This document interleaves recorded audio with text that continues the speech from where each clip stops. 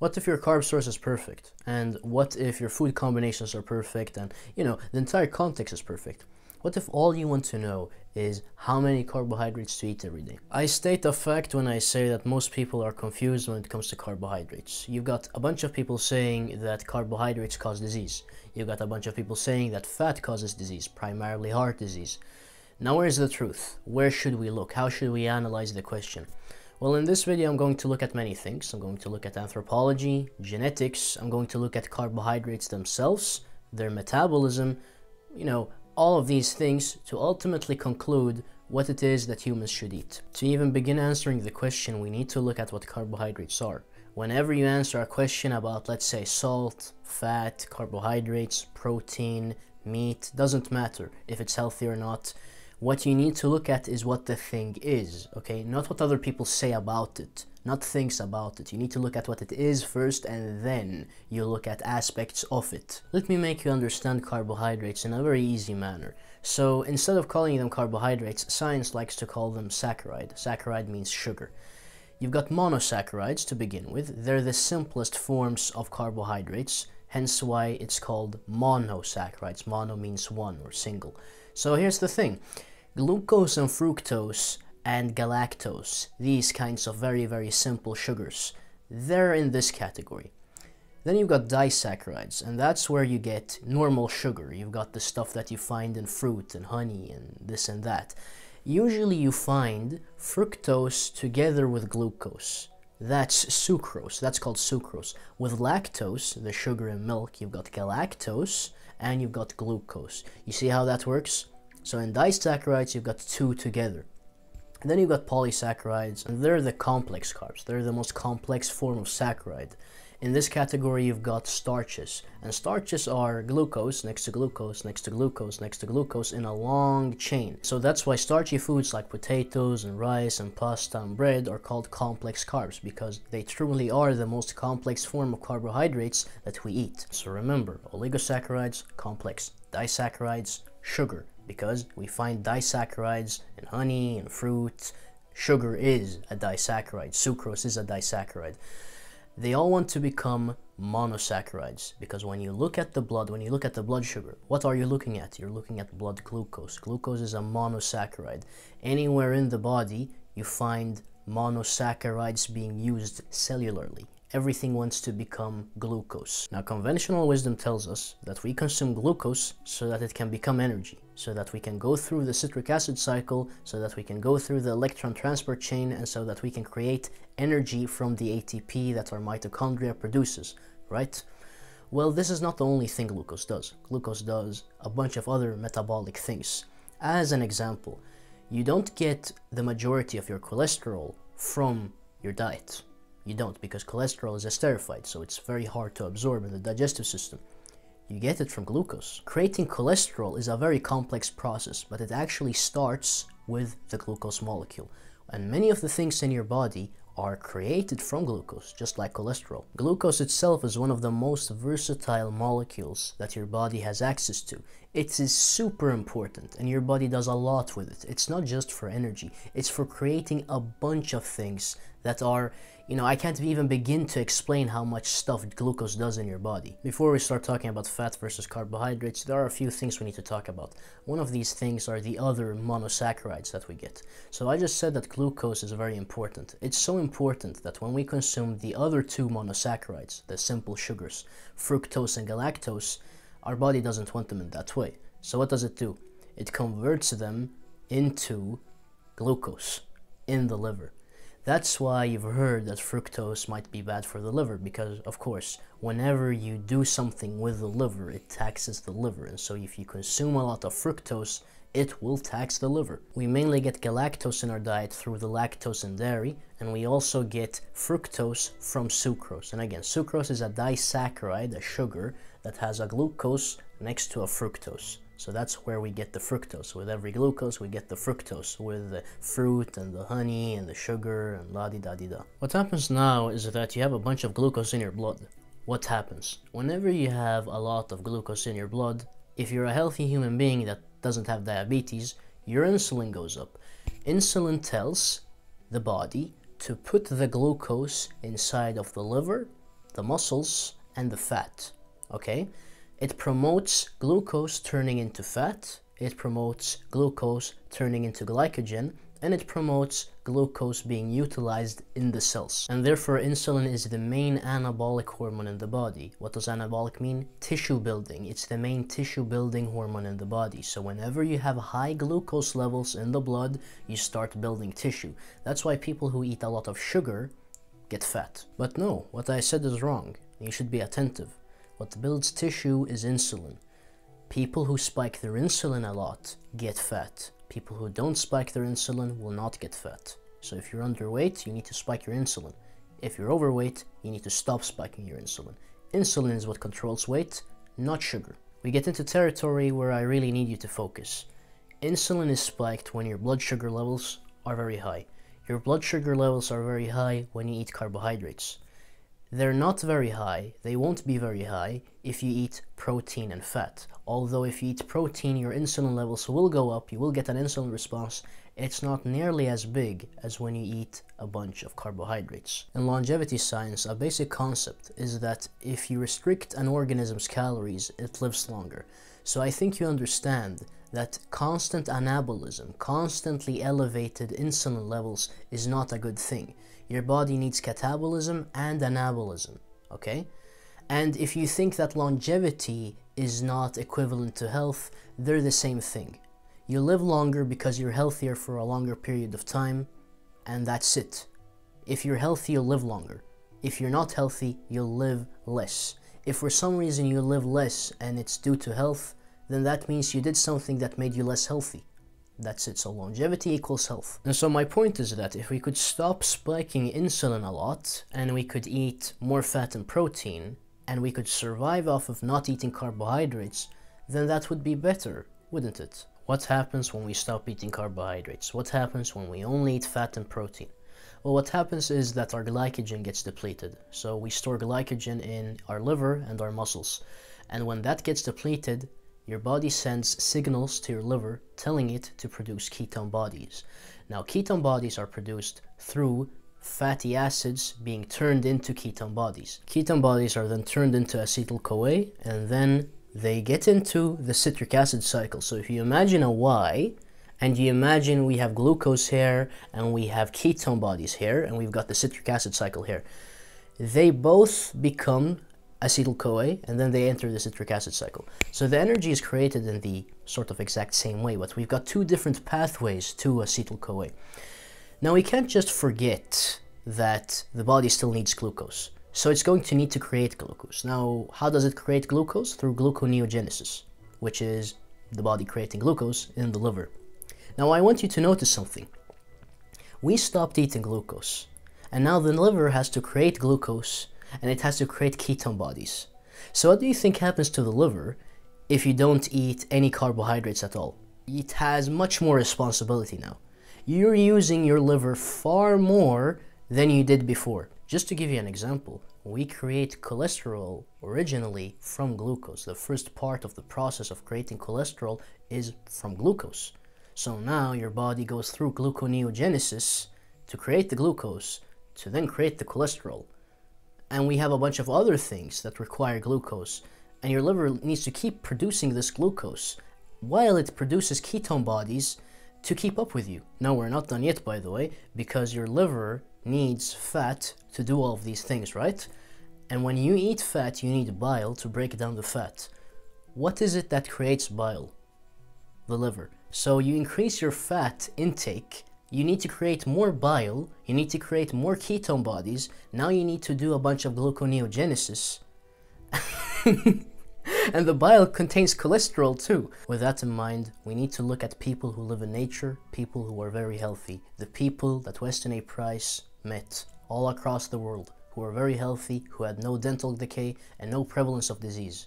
What were they eating? Were they eating carbohydrates, or were they not eating carbohydrates? Because when we look at them, and we look at how healthy they are, and we look at what they're doing, we can start to draw conclusions. For the millionth time, we need to mention Weston A. Price. Price was a dentist who wanted to know why the modern world was degenerating, why everyone was losing their teeth, why children weren't developing correctly, why men had fertility problems, why women had fertility problems, and so on and so forth. And so, to answer the question, he went out and explored the world. He looked at primitive people because his hypothesis was that it was nutrition and the way modern society was living that was the problem. And so Price visits the Alpine Swiss, he visits the Gaelics, African tribes, Polynesians, Melanesians, the Maori, Eskimos, Native Americans, Aboriginal Australians, and a few more. To rule out any genetic factors, Price didn't just look at these people. He looked at the modernized people and the isolated people. The isolated ones ate their native diet. They didn't have any modern bullshit processed food in their diet. While the modernized people, they ate stuff that, me and you grew up on. In every single case, Price found that the people who lived just like they had lived 100 years ago were the ones who were healthy. They had no prevalence of disease, no dental problems, and mind you, they weren't brushing their teeth, at least not with fluoride and a normal toothpaste. They might have cleaned their teeth in their way, but not in the way a dentist would recommend. I really want you to understand that these people really had no cancer whatsoever, no autoimmune diseases, no fibromyalgia, no diabetes, no high blood pressure, no strokes, no heart disease, no Alzheimer's, no dementia, none of it. They had none of it. I might not even have to say this, but in every single case he found that the modernized counterparts were unhealthy. They had missing teeth, they had disease, they had a bunch of problems. Tuberculosis, when it comes to the Native Americans, was only prevalent in those eating a bad diet. Those who ate a good diet didn't have tuberculosis at all. What does this have to do with whether you should eat carbohydrates or not? Well, these people were exceptionally healthy, and so if we look at their dietary patterns, we should be able to understand if we should eat carbohydrates or not. Well, I'll tell you something. With the exceptions of the Maasai tribe, a few African tribes, the Aboriginal Australians, the Native Americans, and the Eskimos, so the Inuits, all the other tribes were eating some form of starchy carbohydrates. The tribes I just mentioned were also eating carbohydrates, but not through starchy carbohydrates. So the Maasai, as an example, were consuming carbohydrates through milk. The Native Americans did eat some plants. When blueberries were available to the Eskimos, they ate them, and of course blueberries contain sugar. And if you're eating a lot of them, then of course you're going to get a fair amount of carbohydrates. If you kill a seal or a whale or any animal in the sea that contains blubber, and blubber is the fat of seals and whales and this and that, I believe that if the blubber is fresh, it does contain carbohydrates. So whenever they killed a fresh seal and they ate the blubber, they were getting carbs. From an anthropological perspective, we can 100% conclude that people living in nature do eat carbohydrates when carbohydrates are available to them. They eat all the food that is available to them, and because most people everywhere have access to carbohydrates in nature, they eat carbohydrates because, again, it's all about survival for them. They didn't really make the distinctions carbohydrates and fat. They didn't have carbohydrates and fat and protein in their minds. It was just food. It had no vitamins and no minerals. It was just the food that they ate. Notice how I haven't given you a recommendation yet, and that's because there are more pieces to the puzzle. There's something called glycation, which is when glucose binds to protein. It binds to cellular structures that it shouldn't bind to. The most famous example is HbA1c, or glucose bound to hemoglobin. We look at this in diabetics to measure the amount of glycation that they've done to their cells. And this is something that's always good to measure because it measures total body glycation, really. Whenever you eat anything, you will get a little bit of glycation, but it will be an amount that your body can handle. If you eat a lot of carbohydrates and if you eat a lot of sugar, you're going to kill your red blood cells, you're going to kill a bunch of cells because you're going to get a lot of glycation. If you've ever wondered why sugar is unhealthy, the main reason is glycation. The main reason sugary foods are unhealthy is because of glycation, because you'll raise your blood sugar and the blood sugar will attack your cells, stick to them, and make them unusable. Therefore, one of the biggest benefits of not eating carbohydrates is completely bypassing glycation, or any glycation that would be caused through eating carbohydrates. So you're drastically lowering the amount of cell damage you do from blood sugar when you stop eating carbohydrates. So that's a very big benefit of just eating fat. However, you've still got the liver situation. Speaking of the liver situation, as I mentioned earlier, fructose is heavy on the liver because the liver needs to convert the fructose into glucose, and we know that this can be a little bit taxing on the liver. And so if you were to not eat any carbs, you wouldn't eat any fructose, and so your liver would have one less job to do, and this job seems to be a little bit big for the liver, and so the liver gets to rest significantly if you were to eat less fructose and you were eating a lot of fructose before. The next thing we need to look at, and a thing that many people overlook, is genetics. Some people might be better at metabolizing fat. Some people might be better at metabolizing glucose.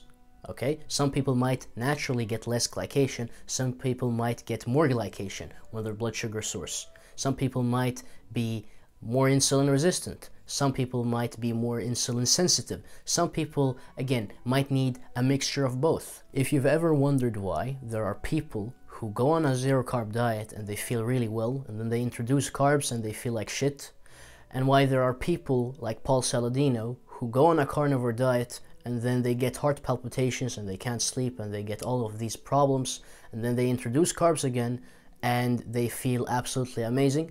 The reason why there are these two groups of people is because of genetics. Some people will need carbs, while some people will be able to use fat far more efficiently. Some people will be able to do gluconeogenesis far more efficiently than other people. But outside of genes, I want you to remember something. There's something called you need nutrients to use energy. Okay, you can't use carbs without vitamin B1, without thiamine. If you're thiamine deficient and you eat carbs, you won't be utilizing those carbs. While if you eat a lot of thiamine through your diet, because, you know, you've got a bunch of B vitamins in animal foods, and so you eat a lot of animal foods and you also eat starchy carbohydrates or fruit in general, well, then you're not going to have a problem because you're getting a bunch of thiamine into your system. And it's the same with a bunch of other B vitamins. I did a video called what do vitamins actually do, and when we went through the B vitamins, I found that every single B vitamin almost has a lot to do with metabolism. Okay, so without the B vitamins, you won't be able to create energy. And so if you're deficient in B vitamins and eat carbohydrates, well, that's going to be a problem. While if you eat a very nutrient-dense diet and you eat carbohydrates, that's a different story. You see, I haven't mentioned the most important thing yet, and this is the most important thing when it comes to our analysis, really. It's never about macronutrients. It's never about protein and fat and carbs. It's all about food quality, okay? It's about, is this sourdough bread filled with glyphosate because the flour isn't organic? Is it filled with pesticides, herbicides, and fungicides? And so when I eat it, it will damage every single cell in my body. It will burn my nervous system. It will kill a bunch of liver cells. It will mess up my digestive system and give me leaky gut. Or is this really high quality bread? Is this something that the isolated Swiss were eating? You see, there's a very big difference between glyphosate-filled bread and the bread that the isolated Swiss were eating. They're two worlds apart. This is unhealthy, this is healthy, depending on the context, of course. Remember, it's not just about if you're eating carbohydrates or not, whether you're eating zero carb, low carb, or high carb. It's about the source that these carbohydrates came from. Does it contain pollution? Does it contain nutrients? Is it nutrient dense? Is it easy to digest? What are you eating it with? Is it a correct food combination? There are many other things to consider. What if your carb source is perfect? And what if your food combinations are perfect and, you know, the entire context is perfect? What if all you want to know is how many carbohydrates to eat every day? You see, our problem with zero carb is that not only do you need to create ketones, not only do you need to create glucose, you need to eat more fat, so you need to create more bile. So it's a triple strike against the liver. And if you eat too many carbs, if you go high carb, you get a bunch of glycation and you spike your insulin too often. So my recommendation is to avoid both. How do you avoid both? Low carb. Because with low carb, you're getting enough glucose to avoid too much gluconeogenesis. You're getting enough glucose to take care of the metabolic processes that only work when you have glucose. Again, without glucose you die. And you're avoiding too much glycation because you're not going overboard with the glucose. So based on what we've looked at, based on the science, based on carbohydrates themselves, how we metabolize them, and anthropology, I believe that the baseline is a low carb diet. Okay, not zero, but low, because then you avoid glycation. We always want to avoid glycation, and we don't want to stress out the liver. So with low carb, we're in between. What does low carb mean? Well, it depends on your body weight, but generally speaking, it's 20 to 50 grams of carbs. If you feel better going above that, go above it. If you feel better going zero carb, go zero carb. If you feel better eating a bunch of fruit, like Paul Saladino, he probably eats 200 to 400 grams of carbs every day, do that. If you're going to go high carb, I want you to do two things. First, check your HbA1c after a while to see if you've created a bunch of glycation or not. And two, check your fasting insulin so that you see if you've damaged your pancreas or not. Now let me give you some really important tools that you need to employ whenever you eat carbohydrates.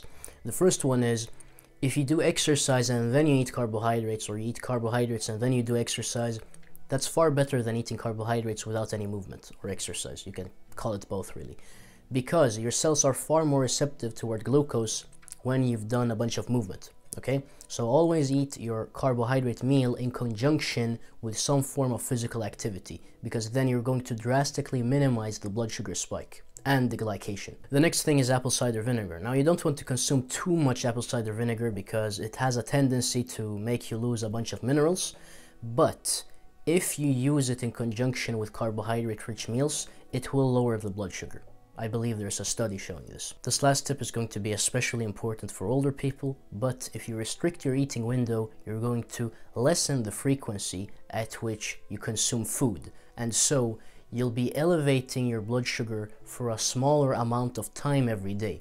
And that's always going to be good metabolically, because you'll get less insulin and less elevated blood sugar levels, and so you'll have less glycation.